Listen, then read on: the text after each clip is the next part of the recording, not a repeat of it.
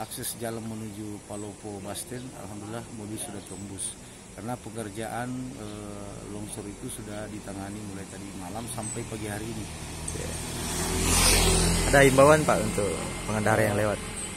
Himbauan saya untuk keluargaku semua yang akan mau menuju ke Basten, tetap berhati-hati karena ada beberapa titik longsor yang ada, tapi untuk sementara sudah tertangani oleh pekerjaan.